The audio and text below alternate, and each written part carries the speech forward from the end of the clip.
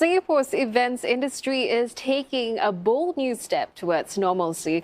The inaugural Gamescom Asia, a spin-off from the world's largest gaming trade fair, is doing away with zoning requirements. It will also implement daily swab tests using a self-test kit that is currently under trial in Singapore. Liang Lei reports. New games and new gadgets. Gamescom Asia is finally here.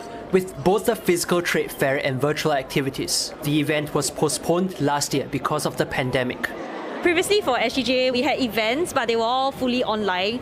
So having a hybrid conference, it really helps us because it's really important that we get together.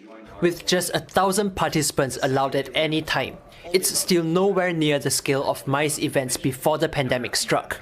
But for the first time, participants no longer need to stay in groups of 50. As long as they keep their masks on and stay 1 meter from each other, they can roam freely between event halls and network at their own time and pace. That was absolutely critical. We saw a couple of events with zoning. We did one as well late last year. And I think the big learning was that doesn't work. People need to meet. To make sure that people meet safely, all attendees must be fully vaccinated. And instead of relying on medical staff, each participant must also self-test daily at the event using this kit. Its maker, Lucira Health, claims that the swab test is almost as accurate as a gold standard PCR test. It's part of a government trial to see if the kits can be used at land borders and for pre-event testing.